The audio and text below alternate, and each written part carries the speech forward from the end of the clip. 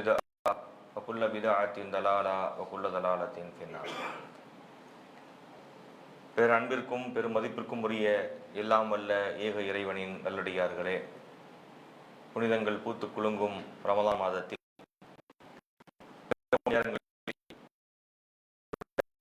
நாம் அறிந்து வருகின்றோம். இந்த ஆண்டு ரமலான் மாதத்தினுடைய துவக்க உரையாக நபிகளார் ஏற்படுத்திய சமூக மாற்றங்கள் எனும் தலைப்பினை சில தினங்களாக அறிந்து வருகின்றோம். இத்தொடருடைய 6வது தினத்திலே நாம் இருக்கின்றோம். இன்றைக்கு நாம் பார்க்க இருப்பது நபிகள் நாயகம் ஸல்லல்லாஹு அலைஹி வஸல்லம் அவர்கள் ஏற்படுத்திய மிக முக்கியமான ஒரு மாற்றம் குறித்து பார்க்க இருக்கின்றோம். நபிகள் நாயகம் ஸல்லல்லாஹு அலைஹி வஸல்லம் அவர்கள் வாழ்ந்த பகுதி நமக்கு தெரியும், அரபு தேசம். அந்த காலகட்டம், அதாவது அதற்கு முன்பாக ஈசா அலைஹிஸ்ஸலாம் அவர்கள் வந்திருக்கின்றார்கள். அவர்களுக்கும் ரசூலுல்லாஹ்வுக்கும் இடையிலே ஒரு 600 ஆண்டு இடைவெளி இருக்கின்றது. இப்ராஹிம் அலைஹிஸ்ஸலாம் அவர்களுடைய பாதையைத்தான் அவர்கள் பின்பற்றி வந்தார்கள். ஆனால் காலப்போக்கில் நிறைய விஷயங்களை அதிலே மாற்றி அமைத்து விட்டார்கள். அந்த அரபுலகத்தினுடைய கலாச்சாரம் ரொம்ப கெட்டு கிடந்தது. மிக மோசமான ஒரு வாழ்க்கையை அவர்கள் வாழ்ந்து வந்தார்கள். ஓரிரை கொள்கை அவர்களிடத்திலே இல்லை. சிலைகளை வழிபட்டு வந்தார்கள். லாத்து, மனாத்து, உஸ்ஸா என்றெல்லாம் பல தெய்வங்களை வழிபட்டார்கள். காபாவிலேயே 360க்கும் மேற்பட்ட சிலைகளை வைத்து வணங்கி கொண்டிருந்தார்கள். ஜோசியம் பார்ப்பது, சகுனம் பார்ப்பது, குறி கேட்பது போன்ற தீமைகள் அவர்களிடத்தில் நிறைந்து கிடந்தன. கலாச்சார ரீதியாக எடுத்துக்கொண்டால் ஒழுக்கம் என்பது அந்த சமுதாயத்திட்ட இருக்கல. பல தீமைகள் அந்த சமுதாய மக்களிடத்திலே மண்டி கிடந்தது. அதை கவிஞர்கள் கூட சொல்லும் போது, ஒரு மங்கையுடன் பல கணவர்கள் மகிழ்ந்து கிடந்தார்கள், மதுவில் மயங்கி கிடந்தார்கள். அந்த மாதிரியான கலாச்சாரம் அங்கு இருந்தது. பெண் குழந்தைகளை அவர்கள் உயிரோடு புதைத்து வந்தார்கள். பிறந்த மழலை பேசும் பெண் குழந்தைகளை உயிருடன் புதைத்தார்கள், சிசுவை உயிருடன் புதைத்தார்கள் என்று கூட அந்த காலத்தில் சொன்னார்களே. அதெல்லாம் இங்கே இருந்த சம்பவமாகத்தான் இருக்கின்றது. அந்த அரபு மக்களிடத்திலே அது மாதிரி கலாச்சாரம் இருந்தது. இந்த சமுதாயத்துக்குத்தான் இறைவன் நபி ஸல்லல்லாஹு அலைஹி வஸல்லம் அவர்களை தூதராக அனுப்புகின்றான். அனைவருக்கும் அனுப்பப்பட்டாலும் அவர்கள் வாழ்ந்த பகுதி அப்படி இருந்திருக்கின்றது. இந்த இடத்திலே இருந்து ஒரு மாற்றத்தை கொண்டு வருவது என்பது எவ்வளவு பெரிய கஷ்டமான காரியம் என்பதை நம்ம உணர வேண்டும். இப்போ நீங்கள் மதீனாவை எடுத்துக்கொண்டால் மதீனாவுடைய நிலை வேறு. மதீனாவிலே வாழ்ந்த மக்களுக்கு இது மாதிரியான தீய விஷயங்கள் இல்லை. சின்ன சின்ன விஷயங்கள் இருந்திருக்கலாம். இந்த மக்காவிலே நடந்த கொடுமைகள் எல்லாம் மதீனாவில் நடக்கல இல்லையா? மக்காவிலே ரொம்ப மோசமாக கலாச்சாரம் இருந்திருந்தது. இந்த கலாச்சாரத்தை மிக சிறப்பாக நபிகள் நாயகம் ஸல்லல்லாஹு அலைஹி வஸல்லம் அவர்கள் மாற்றி அமைக்கின்றார்கள். அறியாமை காலத்திலே பல மூட பழக்கங்கள் அந்த மக்களிடத்திலே மண்டி கிடந்தன. நிறைய மூட நம்பிக்கைகள் அவங்கள்ட்ட இருந்தது. எல்லாவற்றுக்கும் சகுனம் பார்ப்பார்கள். இந்த நேரம் நல்ல நேரம் இல்லை, இந்த நேரத்தில் செல்லக்கூடாது என்று பார்ப்பார்கள். ஹஜ்ஜுக்கு போயிட்டு வீட்டுக்கு வரக்கூடிய நேரத்தில் கொள்ளைப்புறமாகத்தான் வீட்டுக்குள்ளே வருவார்கள். மெயின் கேட்டு வழியா போறது கூடாதுன்னு நினைச்சான், பின்னாடி வழியா தான் வரணும். இது மாதிரி நான் சொல்றது 1-2 விஷயங்கள். ஏராளமான மூட நம்பிக்கைகள் அந்த மக்களிடத்திலே நிறைய குடிகொண்டிருந்தது. இந்த சமுதாயத்துக்கு அல்லாஹ் நபிகள் நாயகம் ஸல்லல்லாஹு அலைஹி வஸல்லம் அவர்களை தூதராக அனுப்புகிறான் என்று சொன்னால் இந்த மக்கள் மாற்ற எவ்வளவு பணியாளர்கள் சொன்னார்கள். அந்த சமுதாயத்தை மாற்றி அமைக்கின்றார்கள். அதிலே கலாச்சாரத்திலே அந்த சமுதாயம் எவ்வளவு மோசமாக இருந்தாங்க என்பதற்கு ஒரு சம்பவத்தை நம்ம பார்க்கின்றோம். சஹீஹ் புகாரியிலே பதிவு செய்யப்பட்ட செய்தி. அந்த அரபு மக்களிடத்திலே 4 வகையான திருமணங்கள் நடைபெற்றன. 4 விதமான திருமணங்கள் நடைபெற்றது. ஒரு திருமணம் எப்படி இருந்தது என்று சொன்னால், அது கரெக்டான திருமண முறை. பெண்ணுடைய உரிமையாளரிடத்திலே, பெண்ணுடைய பொறுப்பாளரிடத்திலே சென்று முறையாக பெண் பேசி மகரை கொடுத்து மனம் முடிப்பார்கள், அல்லது அவருடைய மகளை பேசி மனம் முடிப்பார்கள். இந்த திருமண முறையில் தப்பு இல்லை. இப்படி ஒரு திருமண முறை இருந்திருக்கிறது. இரண்டாவது திருமண முறை என்னன்னு சொன்னா, ஒரு கணவனே மனைவியை இன்னொரு ஆணிடத்திலே அனுப்பி வைப்பான். அந்த ஆண் யார் என்று சொன்னால், அவன் ஒரு பிரமுகராக இருப்பான். ஒரு உயர்வான குலத்திலே இருக்கக்கூடிய ஒரு விஐபி மாதிரி இருப்பாங்கல்ல, அது மாதிரி நபர்களிடத்திலே அனுப்பி வைப்பான். இந்த பெண் அவருடைய சில நாட்கள் இருந்து அவர்கள் இல்லறம் நடத்தி கொண்டு தாம்பத்தியம் நடத்தி கொண்டிருப்பார்கள். அது வரைக்கும் இந்த கணவன் கொஞ்சம் விலகியே இருப்பான். அவள் கருவுற்ற உடனே அந்த குழந்தை பிறக்கும் இல்லையா, அந்த குழந்தையை கொண்டு ஒரு பெருமை கொண்டார்கள். இந்த குழந்தை எப்படிப்பட்ட குழந்தை தெரியுமா? ஒரு உயர்குலத்தை சேர்ந்தவனுடைய அவன் மூலமாக பிறந்த குழந்தை என்று அதை ஒரு ஆணவமாக, அதை ஒரு விஷயமாக சொல்லிக்கொண்டு இப்படி ஒரு திருமணம் அங்கே இருந்திருக்கிறது. இதுக்கு திருமணம் வேற பேர் வைத்திருக்கின்றார்கள். இஸ்திபுலா சொல்லுவாங்க. நிக்காகுல் இஸ்திபுலா அப்படின்னு சொன்னா இந்த மாதிரி விஷயத்தை பண்றது. மனைவியை இன்னொருத்தர் அனுப்பி வைத்து பிள்ளை பக்கம் வைக்கிறது. இது இரண்டாவது முறையான திருமணம். மூன்றாவது முறையாக ஒரு திருமணம் இருந்தது. அந்த திருமணம் எப்படி இருந்தது என்று சொன்னால், ஒரு பெண்ணிடத்திலே ஒரு 10க்கு நெருக்கமான, 10க்கு எண்ணிக்கை அதிகமாக, 10க்கு குறைவான அதிசல வருது, 10க்கும் குறைவான நபர்கள் அவங்க ஒரே நேரத்திலே அவர்கள் தவறு செய்வார்கள். கொஞ்ச நாள் கழித்து அந்த பெண் கருவுறுவாள். அவளுக்கு டெலிவரி ஆகும், பிரசவம் ஆயிரும். பிரசவம் ஆன உடனே எல்லாரையும் கூப்பிட்டு விடுவார்கள். எல்லோரும் வந்த உடனே இப்ப இந்த பெண் சொல்லுவாள், வந்த மக்களிடத்தில் வந்த அந்த தவறு செஞ்ச அத்தனை பேர்ட்டையும் சொல்லுவார், நீங்க செஞ்ச வேலை உங்களுக்கு என்னன்னு தெரியுதா? இப்படி ஒரு பிள்ளை பிறந்திருக்கிறது, இந்த பிள்ளைக்கு யார் தகப்பன் என்று அந்த பெண் சுட்டி காட்டுவாள். இவர் தான் இந்த பிள்ளைக்கு தகப்பன் என்று சுட்டி காட்டிய உடனே அந்த குழந்தை அவரோடு இணைக்கப்பட்டுரும். அதை அவர் மறுக்க கூடாது, மறுக்கவும் முடியாது. இப்படியான ஒரு திருமணம் இருந்திருக்கிறது. இது மூன்றாவது முறை. நான்காவதாக ஒரு திருமண முறை இருந்தது. அது என்ன திருமண முறைன்னு சொன்னா, ஒரு பெண் இருப்பாள், அவள் ஒரு விலை மாதுவாக இருப்பாள். அவங்க வீட்டு வாசல்ல ஒரு கொடி பறக்குமா. இந்த கலாச்சாரம் எவ்வளவு மோசமா இருந்திருக்குன்னு பாருங்க. வீட்டு வாசல்ல கொடி பறக்கும், கலர் கலரா கொடி பறந்திருக்கும் போல இருக்கு. அந்த கொடியை பார்த்த உடனே அந்த பெண்ணை அடையாளம் கொண்டு அங்கு பலவிதமான ஆண்கள் வருவார்கள். இறுதியிலே அவளுக்கு ஒரு பிள்ளை பிறக்கும். பிள்ளை பிறந்த உடனே அந்த பெண்ணிடத்தில் யாரெல்லாம் உறவு கொண்டார்களோ அவர்கள் அனைவருமே அழைக்கப்படுவார்கள். அழைக்கப்பட்டு வந்த உடனே இங்கதான் அவனை கவனிக்கணும். ஒரு நிபுணர் குழு ஒன்று இருந்ததாம். என்ன நிபுணர் குழு என்றால், தந்தையினுடைய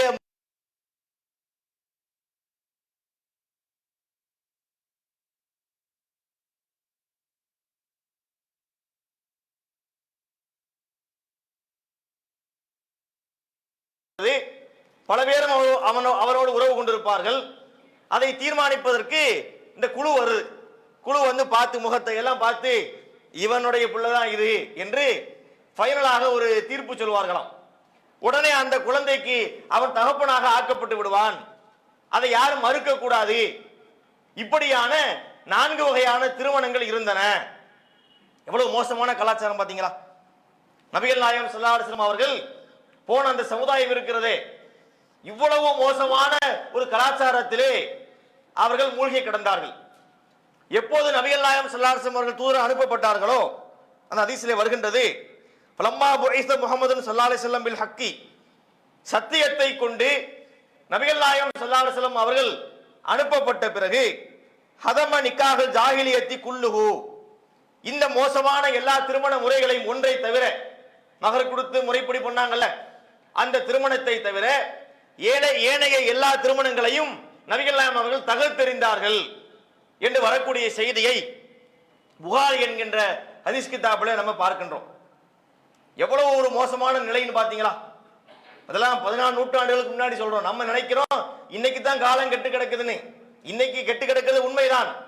அன்றைய காலத்திலும் காலம் கெட்டு தான் கிடந்திருக்கிறது. தமிழ்நாட்டிலே சொல்லுவார்களே, தமிழ் இலக்கியங்களை கூட அதை பற்றி உண்டு. பரத்தையர் வீதி என்றே வைத்திருப்பார்கள். பரத்தையர் வீதி என்று சொன்னால் இது மாதிரியான இந்த விலை மாதுகள் அடங்கியிருக்கக்கூடிய ஒரு பகுதி. அது பாத்தீங்கன்னா ஒரு ஊருக்கு ஒதுக்குப்புறமா ஒரு இடத்துல இருக்கும். ஊர்ல ஒரு பெரிய மனுஷங்க இருப்பாங்க பாத்தீங்களா, அந்த மாதிரி இந்த மாதிரி ஜமீன்தாரு அந்த மாதிரி ஆட்கள் எல்லாம் அங்க போயிட்டு வருவார்கள். இப்படியான விஷயங்கள் எல்லாம் பல ஆண்டுகளாகவே நடந்து கொண்டிருக்கக்கூடிய ஒரு முறையாக இருக்கிறது. இவ்வளவு மோசமான ஒரு சமுதாயத்திலே, கலாச்சாரம் கெட்டு கிடந்த சமுதாயத்தில் தான் நபிகள் நாயகம் ஸல்லல்லாஹு அலைஹி வஸல்லம் அவங்க தூதரா போறாங்க. போய் கற்பொழுக்கம் குறித்த பல விஷயங்களை அந்த மக்களுக்கு போதிக்கின்றார்கள். இஸ்லாம் போதிக்கக்கூடிய கற்பொழுக்கம் இருக்கிறதே, இந்த மாதிரி கற்பொழுக்கத்தை இவர் யாருமே போதிக்க இயலாது. அனைத்தையுமே சரி செய்தது. ஒரு விஷயத்தை நாம் தடை செய்ய வேண்டும், தடுக்க வேண்டும், அதுல ஒரு மாற்றத்தை உண்டாக்க வேண்டும் என்றால் அதுல முழுமையான விஷயங்களை முதல்ல கவனம் செலுத்த வேண்டும். சில பேர் என்ன செய்வார்கள், ஒழுக்கத்தை பற்றி ஒரு ரெண்டு வார்த்தைகளை பேசுவார்கள், மற்றதை தொடர்ந்து விட்டுருவாங்க.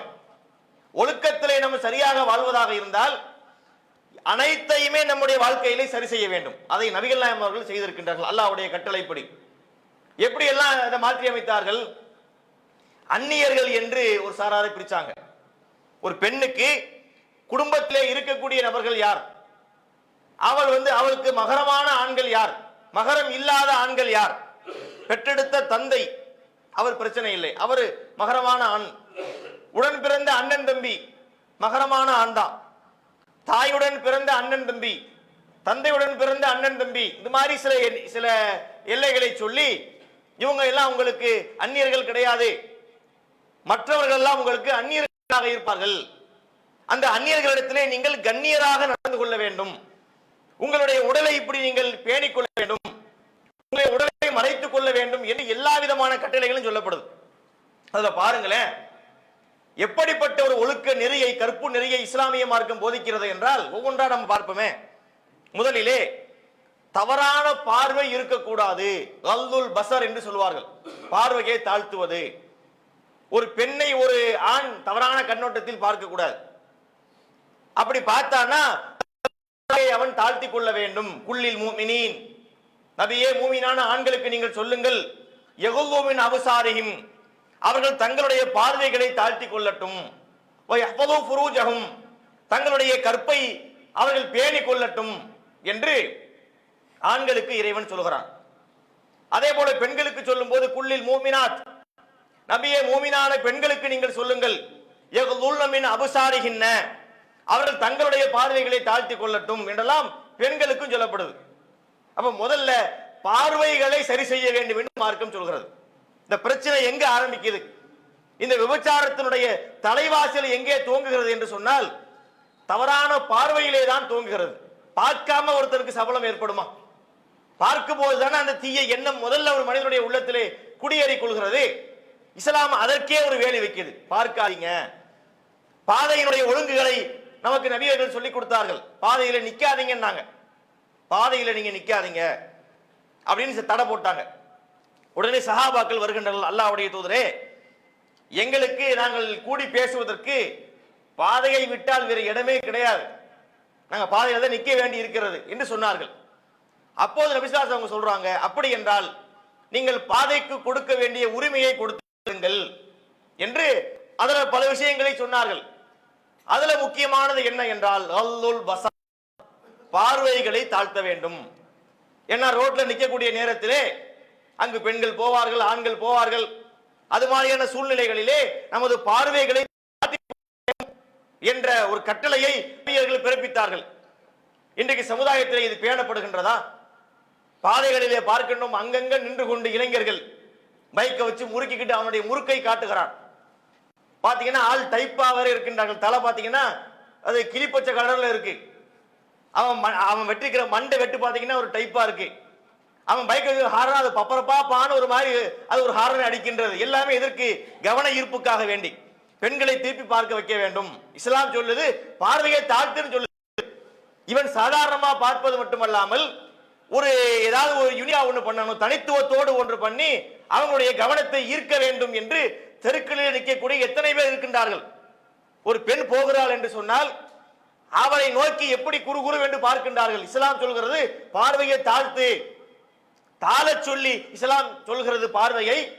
இங்கு பார்வையை தாழுகிறதா, அப்பெண்களை நோக்கி மீள்கிறதா? இதுதான் விபச்சாரத்தினுடைய அடிப்படையான விஷயமாக இருக்கிறது. இஸ்லாம் அந்த பார்வைக்கே வேலி போடுகிறது. அடுத்து பாருங்களேன், பெண்களுக்கு ஆடை கட்டுப்பாட்டை விதிக்கிறது. பெண்கள் தங்களுடைய உடலை மறைத்துக் கொள்ள வேண்டும். வெளிப்பட்டே ஆக வேண்டிய பாகங்கள், முகம் வெளிப்பட்டு ஆகணும், கை வெளிப்பட்டு ஆகணும், காலில் அவங்க கீழ் பாதத்தில் நடந்து போகணும். அந்த பாகங்களை தவிர அவர்கள் ஏனைய உடலை அவர்கள் மறைத்துக் கொள்ள வேண்டும். அந்த அலங்காரங்களை பிறருக்கு முன்னாடி வெளிக்காட்டக்கூடாது என்று சொன்னார்கள். பெண்களுக்கு கூடுதலாக நபியர்கள் எச்சரிக்கும் போது சின்பானி மின் அகலின் நார், அழகா சொன்னாங்க. 2 கூட்டத்தார் அவங்க நரகத்துக்கு போவாங்க. அதுல ஒரு கூட்டம் யார் என்று சொன்னால், மாட்டினுடைய வாளை போன்ற சாட்டைகளை கையிலே வைத்துக் கொண்டு மக்களை அடித்து துன்புறுத்தக்கூடிய மக்கள், இவங்க நரகத்துக்கு போவாங்க. இன்னொரு கூட்டத்தார் யார் என்று சொன்னால், நிசாவுன் காசியாத்துன் ஆரியாத்துன் முமீலாத்துன் மாயிலாத்துன், அவர்கள் பெண்களாக இருப்பார்கள். அந்த பெண்கள் எப்படி இருப்பார்கள்? ஆடை அணிந்தும் நிர்வாண கோலத்திலே இருப்பார்கள். ஆடை அணிஞ்சிருப்பாங்க, ஆடை இல்லாம வர்றதில்லை. அந்த ஆடை அணிஞ்சாலும் அது ஒழுங்கா மறைக்காது, உடலை பார்வையிலிருந்து பாதுகாக்காது, அறகுறையான ஆடையாக இருக்கும், அங்கங்கள் வெளியிலே தெரியும். இப்படியான ஆடைகளை அணிந்து கொண்டிருக்கக்கூடிய பெண்கள், இவர்களை பற்றி சொல்லும் போது லா எதுகுல் ஜன்னா, இப்படிப்பட்ட இந்த பெண்கள் சொர்க்கத்துக்குள்ளே நுழையவே மாட்டார்கள், அதனுடைய நறுமணத்தை கூட பெற்றுக்கொள்ள மாட்டார்கள் என்று எச்சரிக்கை செய்தார்கள். இது அடுத்த விஷயம். ஒரு ஆணை பார்க்க கூடாது என்பது ஒன்று. ஒரு ஆணை பார்த்தாலும் உன் உடலை நீ சரி பண்ணிட்டு போ, பார்த்தாலும் ஒன்றும் பிரச்சனை இல்லை என்கிற அளவுக்கு உடலை இஸ்லாமிய மார்க்கம் மறைக்க சொல்கிறது. இது கற்பொழுக்கம் சம்பந்தமாக இஸ்லாம் சொன்ன செய்தி. அடுத்து என்ன சொன்னார்கள்? தேவையற்ற பேச்சுக்கள் இருக்கக்கூடாது. ஒரு பெண் ஒரு ஆணிடத்திலே பேசக்கூடிய நேரத்திலே அவள் கட்டுச்சட்டாக பேச வேண்டும், குலைந்து நெளிந்து பேசக்கூடாது. ஒரு ஆண்கிட்ட பேசுறா ஒரு பெண், அந்த பேச்சிலே ஒரு தூரம் இருக்க வேண்டும், லிமிட் இருக்கணும். ரொம்ப குலைஞ்சி ரொம்ப ஒரு மாதிரி அவங்களுடைய இணங்குற மாதிரியான பேச்சுக்கள் அவங்களுடைய உள்ளத்திலே நோயை உருவாக்கும் இல்லையா? ஒரு பெண் ஒரு ஆணிடத்திலே பேசுகிறாள், ரொம்ப மோசமாக நெளிந்து குலைந்து பேசும்போது அவனுடைய உள்ளத்திலே ஒரு நோய் இருக்கிறது, அவன் சபலப்படுகிறான், பிறகு அது சல்லாபத்திலே போய் முடியக்கூடிய காட்சிகளை பார்க்கின்றோம். அதனால இஸ்லாம் அதுக்கு ஒரு வேலை போடுது, இந்த மாதிரி நீங்கள் பேசக்கூடாது. அடுத்து என்ன சொல்கிறது என்று சொன்னால், அவங்களுடைய கவனத்தை நீங்கள் ஈர்க்கக்கூடாது. அதுக்கு என்ன சொல்றாங்க? கால்களால் அடித்து நடக்க வேண்டாம். அப்படின்னு என்ன அர்த்தம்? ஒரு பெண் போகிறாள் என்பதை அவங்களுடைய கவனத்தை ஈர்க்கிற மாதிரி சில விஷயங்கள் பண்றது, அது பண்ணக்கூடாது. இப்ப காலில் கொலுசு போட்டு போவாங்க பாத்தீங்களா?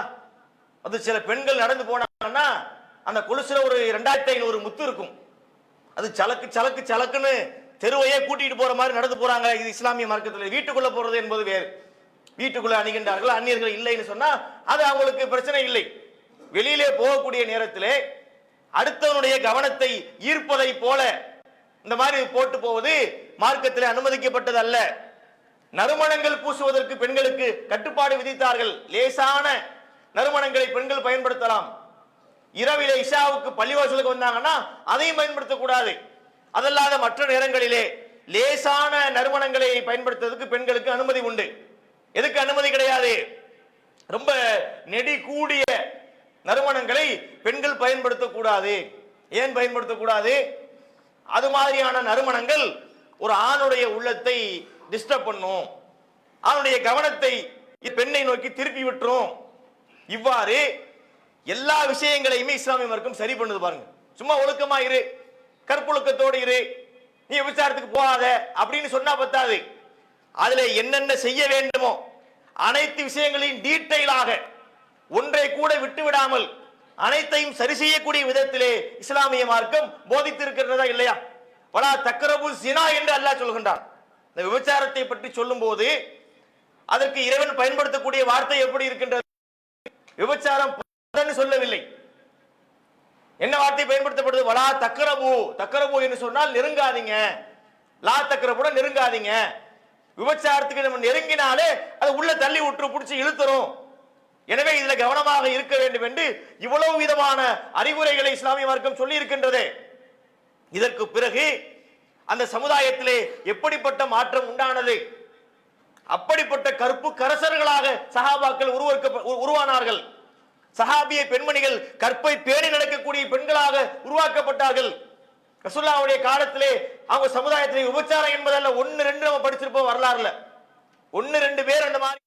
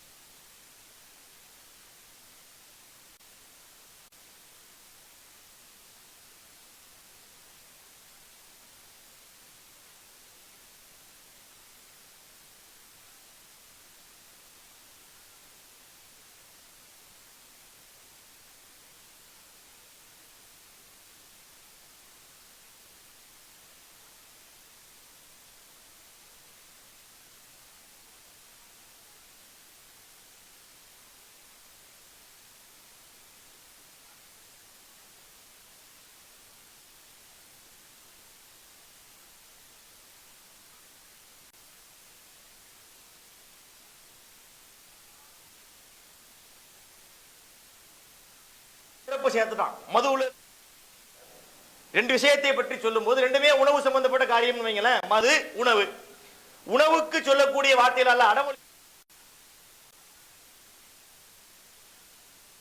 எடுத்துக்கிறீங்க அப்படின்னு சொல்றான். மதுவை பத்தி சொல்லும்போது அந்த மது என்ற வார்த்தை அனாதையா இருக்கு, அதுக்கு சிறப்பு உண உயர்வு உண ஒரு வார்த்தையும் சொல்லாம வர்றான். அப்ப மதுவுக்கு சிறப்பு இல்லை என்பதை சிம்பாலிக்காக அல்லாஹ் முதல்ல உணர்த்துகிறான். இது முதல்ல வந்த வசனம். அடுத்த வசனம் என்ன மாதிரி வருதுன்னு கொஞ்ச நாள் கழித்து அடுத்த வசனம் வருகிறது. அந்த வசனம் என்ன செய்யுதுன்னா இன்னும் கொஞ்சம் டோஸ் கொஞ்சம் கூட்டப்படுது.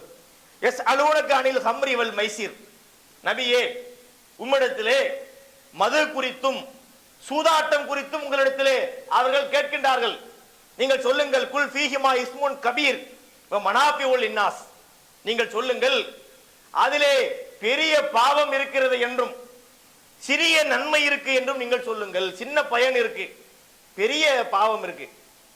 அப்ப முதல்ல இதை முற்படுத்துறாங்க, பெரிய பாவமாக இருப்பது மது, நன்மையாக கொஞ்சம் இருக்கலாம். இன்னைக்கு நீங்க சொல்லலாம் மதுவில் நன்மை இருக்கா இல்லை, 100க்கு 100 மதுவில் கேடு இருக்கா இல்லை, மதுவிலே சில நன்மை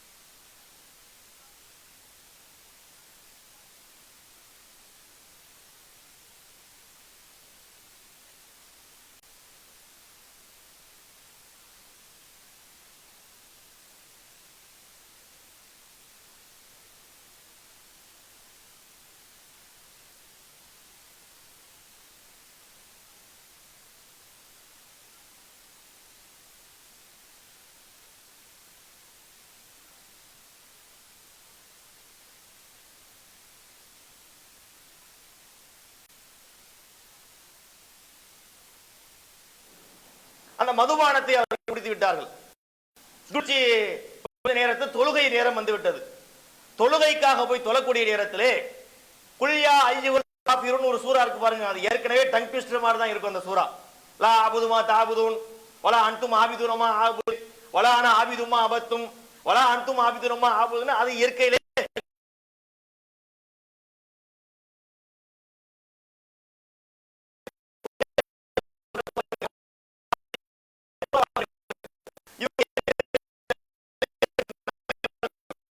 குடிச்சு தப்பான்னு கேட்டா அப்ப தப்பு, அப்போ ஹராமாக்கப்படலையே, அப்ப ஹலால் தான் அவங்க குடிச்சிட்டாங்க. அப்ப தொழுகையில அவங்க ஓதக்கூடிய நேரத்திலே அந்த சூரா வந்து அவங்களுக்கு சரியா வரல, தவறுதலாக அதை ஓதுறாங்க. இந்த நேரத்துல தான் இந்த வசனத்தை அல்லாஹ் அருளுகிறான். என்ன வசனத்தை? யா அய்யுஹல்லதீன ஆமனு லா தக்ரபுஸ் ஸலாத்த வ அன்தும் சுகாரா, நம்பிக்கை கொண்டோரே நீங்கள் போதையாக இருக்கும் போது தொழுகைக்கு நெருங்காதீர்கள். என்ன ஓதுறீங்க உங்களுக்கு புரியாதபடி நிலை தடுமாறி தானே ஓதுறார் அவரு. நீங்க என்ன ஓதுறீங்க என்று உங்களுக்கு புரியாதபடி ஓதக்கூடிய அந்த நிலை இருக்க, அப்படி போதையாக இருக்கக்கூடிய நேரத்தில் நீங்கள் தொழுகைக்கு நெருங்காதீர்கள் என்ற வசனத்தை அல்லாஹ் அருளுகிறான். இது அடுத்த கட்ட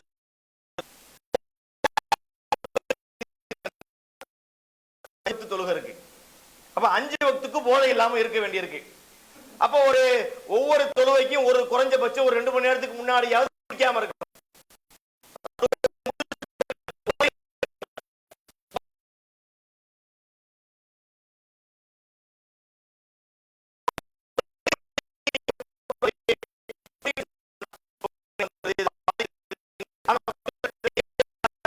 ஆரம்பிக்கும். இது அடுத்த கட்ட சீர்திருத்தமாக இருந்தது. அதற்கடுத்து அல்லாஹ் என்ன செய்யறான்னு சொன்னா தெளிவா போட்டு உடைக்கின்றான். இன்னமல் ஹம்ரு வல் மைசிரு வல் அன்சாபு வல் அஸ்லாமு ரிஜுலும் மின் அமலி ஷைத்தான் ஃபஜ்தனிபூஹு லஅல்லக்கும் துஃப்லிஹூன். மதுபானங்கள், சூதாட்டம், சிலைகள், இது மாதிரியான காரியங்கள் எல்லாம் உங்களுக்கு தடை செய்யப்பட்டு விட்டது. அது அருவருக்கத்தக்க காரியங்கள், ஷைத்தானுடைய அருவருக்கத்தக்க செயல்கள், அதை விட்டு நீங்கள் விலகிக் கொள்ளுங்கள் என்று அல்லாஹ் வசனத்தை அருளிவிட்டான். அப்ப அதுக்கு முன்னாடி அந்த மக்கள் ரெடியா இருந்திருப்பாங்க போல இருக்கு.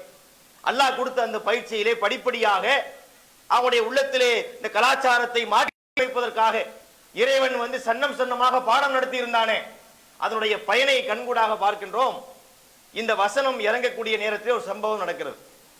அபூ தல்ஹா ரலியல்லாஹு அன்ஹு அவங்களுடைய வீட்டிலே அனஸ் இப்னு மாலிக் ரலியல்லாஹு அன்ஹு இருக்கிறார். இவர் என்ன செய்யறார்னா ஒரு பாத்திரத்திலே மதுவை ஊற்றி அவர்களுக்கு பரிமாறி கொண்டிருக்கிறார். பரிமாறி கொண்டிருக்கக்கூடிய சத்தம் கேட்குது. மதுபான ஹராம் ஆயிடுச்சு, வசனம் இறங்கி. இந்த காலகட்டத்தில் வசனம் இறங்கிய உடனே ரசூலுல்லாஹ் ஒருத்தர் கூப்பிடுறாங்க, போய் ஊரு பூரா சொல்லு, இந்த விஷயம் மக்களுக்கு தெரியாது, குடித்துக் கொண்டிருப்பார்களா இல்லையா, ஹராமாக்கப்பட்டது என்ற செய்தியை அந்த மக்களுக்கு நீங்கள் அறிவியுங்கள் என்று சொன்ன உடனே ஒருத்தர் வந்து ஏலான் பண்ணிக்கிட்டே போறாரு, அறிவிச்சுக்கிட்டே போறாரு. சத்தம் கேட்குது. அபூ தல்ஹா அவர்கள் சொல்றாங்க, அனஸே நீ போய் அது என்னன்னு கேட்டுட்டு வாங்க என்ன அறிவிக்கின்றார்கள். அனஸ் அவர்கள் வந்து அதை கேட்கிறாரு, அவர் அறிவு பண்றார். அலா இன்னல் ஹம்ர கத் ஹுர்ரிமத், மக்களே அறிந்து கொள்ளுங்கள், மதுபானம் என்பது ஹராமாக்கப்பட்டு விட்டது, குடிக்காதீங்க என்று சொல்லி அவர் அறிவிப்பு.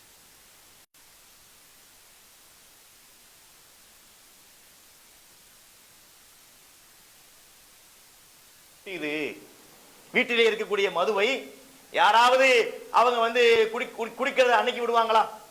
அதான் அந்த காலத்துல கூட ஒரு இதுல சொல்லுவான், நாளை முதல் குடிக்க மாட்டேன் சத்தியம்படி தங்கம்னு சொல்லுவான். இன்னைக்கே குடிக்க மாட்டேன்னு சொல்ல மாட்டானா. குடிகாரர்களுக்கு ஒரு பழக்கம் இருக்கான். யாராவது ஊர்ல வந்து அறிவுரை சொன்னா கூட என்ன இன்னைக்கே இப்பவே போட்டு உடைக்க மாட்டான். இன்னைக்கு மட்டும் கொஞ்சம் ஒரு மனக்கவலையா இருக்கு, நாளைக்கு விட்டுருவோமே என்று சொல்லி நாளையத்தான் சொல்லுவான் என்று நம்ம கேட்டிருக்கிறோம். இவங்க சொல்றாங்க உடனடியாக போட்டு உடைக்க சொன்னார்கள். வெளியில கொண்டு வந்து அவர் கொட்டுகிறார். கொட்டினால் மதீனாவுடைய தெருக்களிலே மது ஓடிக்கொண்டிருக்கிறது. ஜரத்தி சக்கக்கில் மதீனா.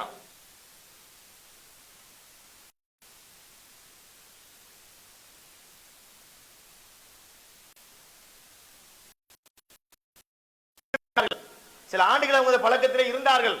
கொஞ்சம் கொஞ்சமாக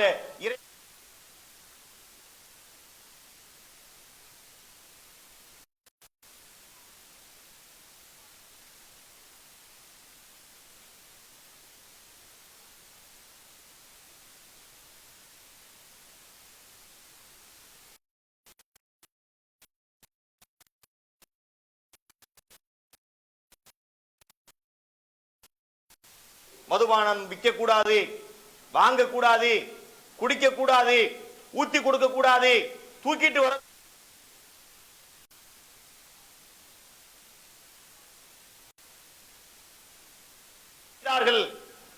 செஞ்சுதான் அந்த அரசாங்கத்தை அவங்க ரன் பண்ணாங்க.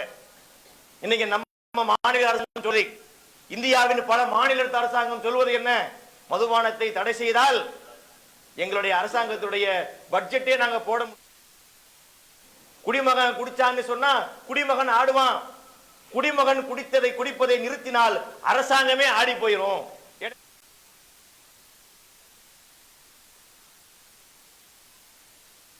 பண்டிகை காலங்களிலே 500 கோடி 1000 கோடிக்கு சரக்கு விற்க வேண்டும் என்று டார்கெட் போட்டு வேலை செய்து கொண்டிருக்கிறார்கள். கலெக்டர் இருக்கிறார் பாத்தீங்களா, கலெக்டர் எப்பேற்பட்ட யூபிஎஸ்சி எக்ஸாம் எழுதி முக்கியமான படிப்பு படித்து அந்த பொறுப்புக்கு வந்திருக்கிறார். கலெக்டருக்கு ஒரு வேலை கொடுத்து சாராயம் விற்கிற வேலை கொடுத்துருக்காங்க கலெக்டருக்கு. அந்த யாரு? கலெக்டருடைய அண்டர்ல தான் அது வருகிறது. ஒரு நாளைக்கு இப்ப பொதுப்பணித்துறையில் நிறைய ஆறுகள், அந்த ஏரி கம்மாய் எல்லாம் வச்சிருப்பாங்கல்ல, அந்த ஏரி கம்மாய்க்கு எவ்வளவு தண்ணீர் வருகிறது, எவ்வளவு தண்ணீர் திறந்து விட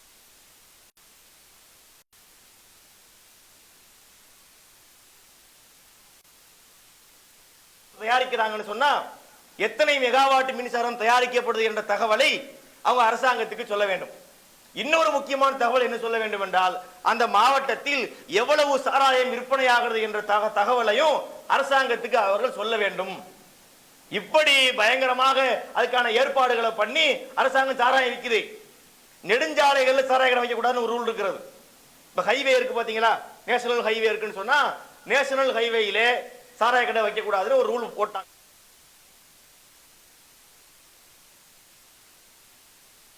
சொல்றாங்க. சொன்ன உடனே கடை எப்படி திருப்பிட்டான். அதே ரோட்ல இப்படி இருந்த கடையை அப்படி திருப்பி வச்சாச்சுன்னா வழி அந்த பக்கம் வந்துருதா இல்லையா? இப்படி எப்படியாவது சாராய இன்னைக்கு நம்முடைய தமிழக அரசும் மற்ற மாநில அரசுகளும் செயல்பட்டுக் கொண்டிருக்கிறார்கள். இங்கேதான் காசு இருக்கிறதே, வேற வழி இல்லை என்கிறார்கள். நபி அவர்கள் உண்டாக்கிய அந்த அரசிலே மதுபானத்தை ஹராமாக்கினார்கள். நியாயமான முறையில தான் அது திரட்டினார்கள். எப்பேற்பட்ட ஒரு சீர்திருத்தத்தை அவங்க உண்டாக்குனாங்கன்னு பார்க்கிறோம். இன்றைய இளைய சமுதாயம் எவ்வளவு மோசமான சீரழிந்து கிடக்கின்றார்கள். இந்த ரமலான் மாசம் ஒரு பெரிய மாற்றத்தை உண்டாக்குறதை மறுக்க முடியாது. பல குடிகாரர்களும் சரக்கு மாட்டில் தொறாத ஒரு மாதம் இந்த ரமலான் மாசம் தான், போகவே மாட்டான். நேற்று வரைக்கும் டாஸ்மாக் நின்னவன் இன்னைக்கு மஹல்லா மாசத்துல வந்து நிக்கிறான். என்ன காரணம்? ரமலான் கொடுக்கக்கூடிய பயிற்சி, நபிகளால் ஏற்படுத்திய ஒரு பயிற்சி, அது அவனை தற்காலிகமாக ஒரு நல்லவனாக மாற்றி வைத்திருக்கின்றது. இவன் தன்னுடைய வாழ்க்கை முழுவதும் இதை கடைபிடித்தால் அவனை சிறந்த மனிதனாக மாற்ற முடியும். அப்பேற்பட்ட அற்புதமான கலாச்சாரத்தை நபியர்கள் உண்டாக்கி கொடுத்திருக்கின்றார்கள். இந்த மதுவினுடைய கேடுகளை ரொம்ப மோசமாக இன்றைக்கு பார்த்து கொண்டிருக்கின்றோம். ஒரு குடும்பத்தினுடைய எல்லா விஷயங்களுமே சீரழிந்து போகிறது. ஒருத்தன் குடிகாரன் ஆகிட்டா போதும், ஒருத்தன் குடிகாரன் ஆகிவிட்டால் அந்த குடும்பத்தினுடைய நிலையே தலைகீழாக போகிறது. எந்த ஒரு வேறுபாடும் தெரியவில்லை. ஒரு விஷயத்தை ஒருத்தன் நல்ல குடிச்சுட்டான், குடித்து நல்ல போதை ஏறிவிட்டது, வீட்டிற்கு வந்திருக்கிறான். அந்த காலத்துல சொல்லுவாங்கல்ல, தாய்க்கும் தாரத்துக்கும் வேறுபாடு தெரியல. குடிச்சிட்டு வர்றவனுக்கு மனைவி யாரு அம்மா யாரு வித்தியாசம் தெரியாத அளவுக்கு மோசமா போறாங்கன்னு படித்திருக்கிறோம். இன்னைக்கு அதெல்லாம் தாண்டியாச்சு.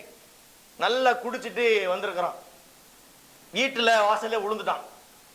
அவன் வளர்க்கக்கூடிய நாய் அங்கே படுத்திருந்திருக்கு. அந்த நாயை என்ன நினைச்சான்னு தெரியல, அந்த நாயை பிடிச்சி இழுத்து அந்த நாய்க்கே கூட அந்த வாடை புரிக்கிற போல இருக்கு. அது லப்புன்னு கடிச்சிருச்சு. மனைவிக்கு முத்தம் கொடுக்க போய் அந்த வாய் முத்தம் நாய் முத்தமாகி அந்த நாய் அவன் ஒரு புடுங்கு புடுங்கி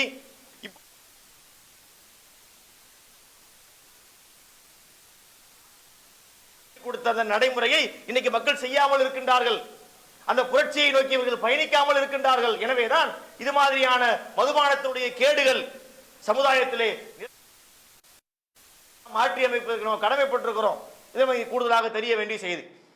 அப்புறம் ரசூலுல்லாஹி அவங்களுடைய அந்த கலாச்சார மாற்றம் என்பது அந்த மக்கள் மத்தியிலே மிக முக்கியமான ஒரு தாக்கத்தை உண்டாக்கி இருப்பதை பார்க்கிறோம். ரசூலுல்லாஹ்வுடைய பணி அதுவாகத்தானே இருந்தது.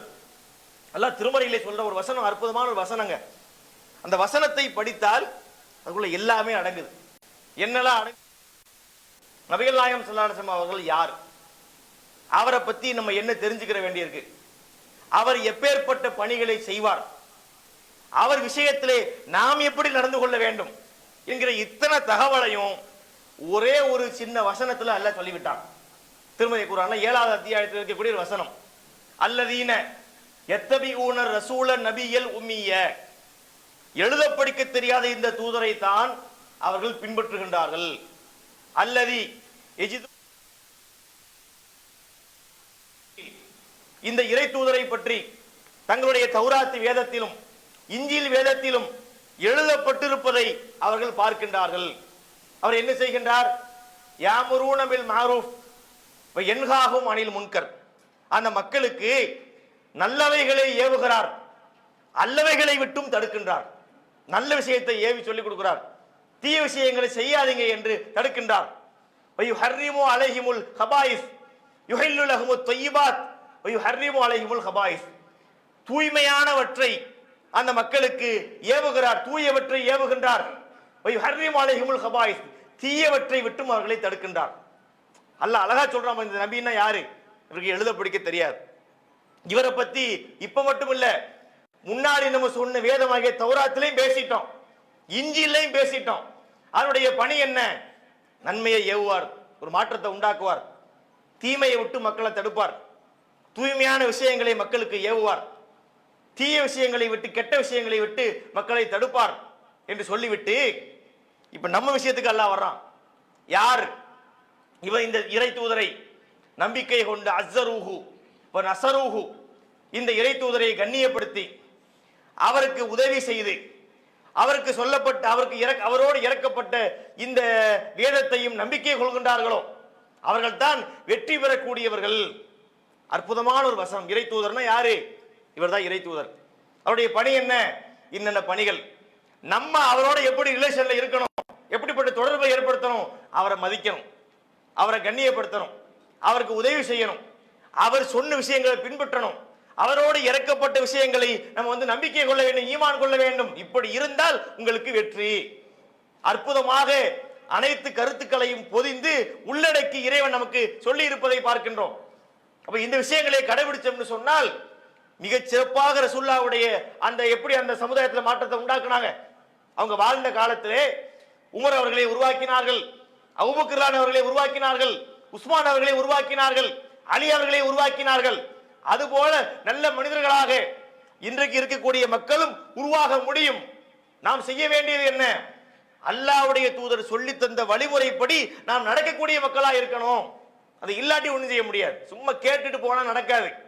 அவர்கள் சொன்ன விஷயங்களை நம்முடைய வாழ்க்கையிலே கடைபிடித்தால் கண்டிப்பாக மாற்றம் வரும். அப்பேற்பட்ட ஒரு புரட்சியை அவர்கள் செய்திருப்பதை பார்க்கிறோம். இது அவர்கள் உண்டாக்கிய மிக முக்கியமான கலாச்சார மாற்றமாக இருக்கிறது. இது ஒன்று. இன்னொரு விஷயம் அவங்க மாத்தினது என்ன அப்படின்னா, இந்த வட்டி என்பது இன்னைக்கு சமுதாயத்தில் நிறைய ஒரு பாதிப்பை உண்டாக்குது.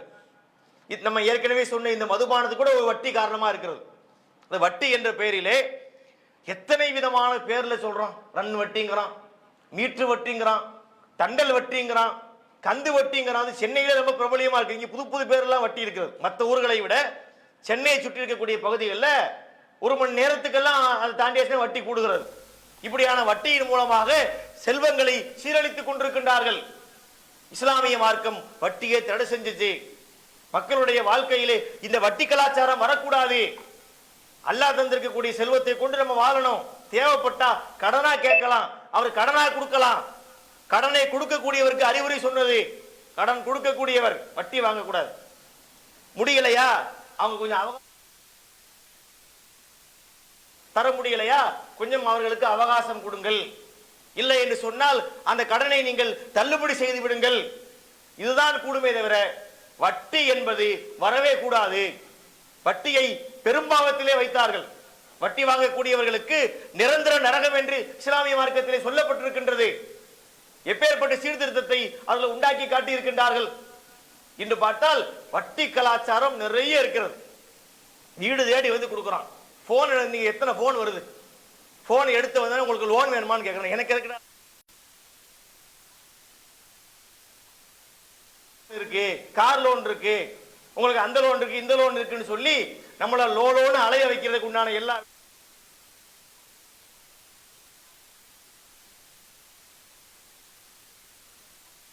அவ்வளவு மோசமான பாவமாக வட்டி இருக்கின்றது. வட்டியிலே மூழ்கி கிடக்கின்றார்கள். கடுமையாக அதை சாடி வந்து வட்டி வாங்கி சாப்பிடுகின்றார்களோ அவங்க மறுமையில எப்படி வருவார்கள்? ஷைத்தானால் தீண்டப்பட்டவனை போல் ஷைத்தான் பிடிச்ச மாதிரி வருவாங்க. காரணம் என்ன? அவங்க சொன்னாங்களாம், இன்னமல் பைவு மிஸ்லுர் ரிபா, வியாபாரமும் வட்டியும் ஒன்று என்று அவர்கள் சொன்னார்கள். அது ஒண்ணு கிடையாது. வட்டி என்பது நம்முடைய செல்வத்தை அழிக்கக்கூடியது. அல்லாஹ் திருமறையை சொல்லும் போது எம்ஹகுல்லாஹு ரிபா வ யுர்பி ஸதகா, அல்லாஹ் வட்டியை அழிக்கின்றான், தர்மத்தை வளர்க்கின்றான். எந்த முஸ்லீமுடைய வாழ்க்கையிலும் வட்டி உள்ள வரவே கூடாது. மகளிர் சுய உதவி குழுன்னு ஒண்ணு வருது, பெண்களுக்கு தனியா டார்கெட் பண்றாங்க. ஆண்களுக்கு பல விதங்கள்ல கவுத்தி அவனை வந்து வட்டியில விழச் செய்வதை போல மகளிர் சுய உதவி குழு என்ன உதவி பண்ற? நீ வட்டியில போய் தள்ளுற எங்க சமுதாய மக்களை. வட்டி கூடாது என்று தடுக்கப்பட்ட அல்லாஹ்வுடைய தூதர் கொண்டு வந்த இந்த மார்க்கத்திலே இந்த மக்களை கொண்டு போய் வட்டியிலே தள்ளுகின்றார்களே. நகையை கொண்டு போய் அடகு வைக்கிறது. எத்தனை பேரிடத்திலே அந்த பழக்கம் இருக்கிறது. நகையை கொண்டு அடகு வைத்து அந்த காசை வாங்கி ஒரு பொருள் வாங்க வேண்டியது. கடைசியிலே நகையை மூழ்கி போயிடும், அந்த பொருள் ஒண்ணும் இல்லாம போயிடும். சமுதாயம் வந்து ரொம்ப மோசமான நிலையிலே சென்று கொண்டிருப்பதை பார்க்கின்றோம். வட்டியை நபியர்கள் தடுத்தார்கள். அந்த இறுதி ஹஜ் அவங்களுடைய ஹஜ்ஜத்துல் விதால பேசும்போது சொன்னாங்க, வட்டி தடை செய்யப்படுகிறது. தடை செய்யறதுன்னு சொன்னா சில ஊருக்கு தடை பண்ணுவான், தான் குடும்பத்துக்கு அந்த சலுகையை தனியா பிரிப்பான். ரசூலுல்லாஹி அவங்க சொன்னாங்க, வட்டி தடுக்கப்படுகிறது. அப்பாஸுடைய வட்டியை நான் தள்ளுபடி பண்றேன். நாங்க அப்பாஸ் என்பவர் யாருன்னா ரசூலுல்லாஹ்வுடைய பெரிய தந்தை. அவருடைய அந்த வட்டியை நான் தள்ளுபடி பண்றேன், என்னுடைய குடும்பத்திலிருந்து ஆரம்பிக்கிறேன். நாங்க சில விஷயங்கள் வந்து வரட்டு தத்துவங்களாக இருக்கும், வாழ்க்கை தத்துவங்களாக இருக்காது. நபி அவங்க சொன்ன எதுவுமே வரட்டு தத்துவங்கள் அல்ல. சிலது மேடை எடுத்தால் பேசுவார்கள், அது நடைமுறைக்கு ஒத்து வராது. அதிலே நியாயம் இருப்பது போன்று மணிக்கணக்கிலே பேசிவிட்டு இறங்கி போய் விடுவார்கள். செயல்ல ஒண்ணுமே அவன்கிட்ட இருக்காது. வாயில் சர்க்கரை கையில் பொக்கரைன்னு சொல்லுவாங்க. வாயை திறந்து பேசினார்னா நல்ல ஒரு மல்கோவா மாம்பழத்தை, கனிந்த மல்கோவா மாம்பழத்தை ஒரு 5 நாள் தேன்ல ஊற வச்சு சாப்பிட்டா எவ்வளவு சுவையா இருக்கும், அவ்வளவு சுவையா பேசுவார். பேச்சிலே அந்த இனிப்பு இருக்கும், செயல்ல ஒண்ணுமே இருக்காது. ரசூலுல்லாஹ்வுடைய பேச்சுக்கள் அப்படிப்பட்டதா? அவங்களுடைய போதனைகள் அப்படிப்பட்டதா? இதை பத்தியாவது அவங்க மிகையாக பேசி இருக்கின்றார்களா? உள்ளது உள்ளபடி சொல்வார்கள். வரட்டு தத்துவங்களுக்கு ரசூலுல்லாஹ்வுடைய பேச்சில் இடமே கிடையாது. எல்லாமே வாழ்க்கை தத்துவங்களாக இருக்கும். சொல்றாங்க, வட்டி ஹராமாக்கப்படுது, என் குடும்பத்திலிருந்து நான் ஸ்டார்ட் பண்றேன், என்னுடைய பெரிய தந்தை அப்பாஸனுடைய வட்டி தள்ளுபடி செய்யப்படுகிறது. வட்டி கலாச்சாரத்தை ஒழித்து அந்த சமுதாயத்தை வளர்த்தெடுத்திருக்கின்றார்கள். பிற்காலத்தில் இந்த சமுதாய மக்கள் எப்படி மாறினாங்கன்னு பார்க்கிறோம். ஆரம்பத்திலே மதீனாவிற்கு சென்ற காலகட்டத்தில் ரொம்ப கஷ்டப்பட்டார்கள். உணவுக்கு கஷ்டம், அணிந்திருக்கின்ற ஆடைக்கு மாற்று ஆடை கிடையாது. இப்படிப்பட்ட நிலையிலே பரவலாக பல சஹாபாக்கள் வாழ்ந்தார்கள். இந்த நிலையெல்லாம் மாற்றி அமைத்து ரசூலுல்லாஹ்வுடைய அந்த இறுதி காலகட்டங்களில் செல்வம் நிறைய பெருக்கெடுத்து ஓடியது. இஸ்லாமிய ரசூலுல்லாஹ் ஏழ்மையா இருந்தாங்க, இஸ்லாமிய அரசாங்கம் தன்னிறைவாக இருந்தது. ஆரம்பத்திலே ஒருத்தர் இறந்துட்டாருன்னு சொன்னா அவருடைய உடலுக்கு தொழுகை நடத்தக்கூடிய நேரத்திலே நபி ஸல்லல்லாஹு அலைஹி வஸல்லம் கேட்பாங்க, இவருக்கு கடன் உண்டா என்று கேட்பார்கள். ஆமா கடன் உண்டு. அந்த கடனை அடைப்பதற்கு அவர்கிட்ட சொத்து இருக்கா என்று கேட்பார்கள். சொத்து இருக்குன்னு சொன்னா அந்த சொத்தை கொண்டு கடனை அடைங்கன்னு தொலை வச்சிருவாங்க. சொத்து இல்லை என்று சொன்னால் இவருக்கு நான் தொழுவிக்க மாட்டேன் என்று சொல்லுவார்கள். அது ஏன் சொல்றாங்கன்னா, அப்படி சொல்லும் போது யாராவது அவருக்காக அந்த நேரத்தில் முன் வருவாங்க, இல்லைங்க இவர் கடன் நான் பொறுப்பேற்றுக்கிறேன் என்று சொன்ன உடனே அதை அவரை பொறுப்பாக்கிட்டு தொலை வைப்பாங்க ஆரம்பத்தில். ஏன்னா இஸ்லாமிய அரசாங்கத்தில் பணம் கிடையாது. பிற்காலத்திலே என்ன நிலை வந்தது என்று சொன்னால், ஒரு ஜனாசா வருது, ரசூலுல்லாஹ் கேட்கிறாங்க, இவருக்கு கடன் உண்டா? ஆமா கடன் இருக்கு. சொத்து இருக்கா? சொத்து இருக்கு. அந்த சொத்தை அவருடைய வாரிசுகளுக்கு கொடுத்து விடுங்கள், இவருடைய கடனை நான் அடைக்கிறேன் என்று சொன்னார்கள். நான் அடைக்கிறேன், இஸ்லாமிய அரசாங்கத்தில் உள்ள பைத்துல் மால்ல இருந்து எடுத்து அந்த கடனை அடைப்பார்கள். இந்த நிலை எப்படி உருவாக்குனாங்க? சாராயத்தை கொண்டுதான் உருவாக்குனாங்களா? இன்னைக்கு பல கேடுகட்ட அரசாங்கம் சொல்கின்றார்களே, இதை கொண்டுதான் அரசாங்கத்தை நடத்த முடியும்னு, அப்படிதான் அவங்க நடத்தினார்களா? மதுவை தடை செய்தார்கள், எந்த மோசடியும் தடை செய்தார்கள். எந்த விதமான ஏமாற்று வேலையும் கிடையாது. அனைத்து விஷயங்களுமே நேர்மையாக உண்மையாக செய்யப்பட்ட பொருளாதாரம் தான். அதை கொண்டே தன்னிறைவு பெற்று அரசாங்கமும் வளர்ந்தது, தனி மனிதர்களும் வளர்ந்தார்கள். எத்தனை சஹாபாக்களுடைய வாழ்க்கை இறுதியில் எப்படி இருந்தது? அப்துல் ரஹ்மான் பின் அவுஃப் அவங்க சொல்றாங்க, இறக்கக்கூடிய நேரத்தில் இவ்வளவு செல்வங்கள் எங்களுக்கு வந்துருச்சே என்று சொல்கின்றார்கள்.